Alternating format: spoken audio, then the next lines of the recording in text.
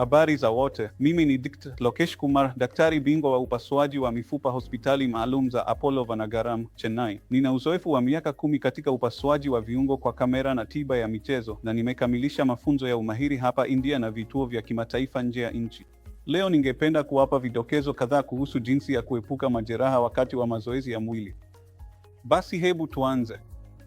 Kuna mambo machache ambayo ningependa kujadili leo kuhusu jinsi ya kuepuka majeraha, na ni rahisi tu. Jambo la kwanza kabisa, tunapenda kufanya mazoezi ya kupasha mwili moto.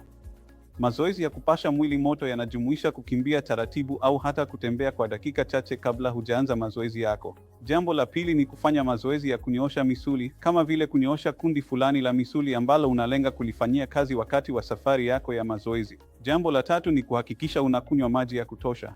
Kwa hiyo unahitaji kunywa maji kabla ya kuanza mazoezi, wakati wa mazoezi na hata baada ya kumaliza mazoezi yako. Na jambo la nne ni kutumia vifaa sahihi vya usalama, kama vile viatu vinavyofaa kwa mazoezi yako, vifaa sahihi vya gym na uzito unaofaa kwa mazoezi ya nguvu pia.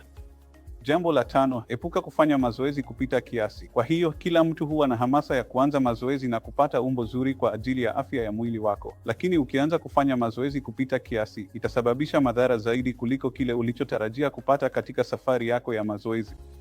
Jambo la tano, chukua mapumziko ya mara kwa mara kati ya mazoezi yako, ili mwili wako upate muda wa kutosha kupoa na kupona kutokana na maumivu ya misuli, na pia kurejesha viwango vyako vya nishati ili uweze kuendelea na hatua inayofuata ya mazoezi.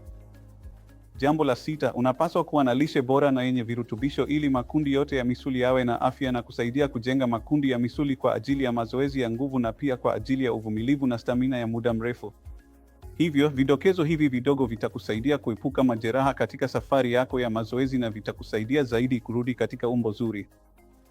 Kama unavyojua, mazoezi yoyote ya mwili hatimaye yatachangia ustawi wako wa kiakili na hata ustawi wako wa kihisia. Mimi tayari nimeanza safari yangu ya mazoezi, hivyo natumaini hata wewe umeanza leo.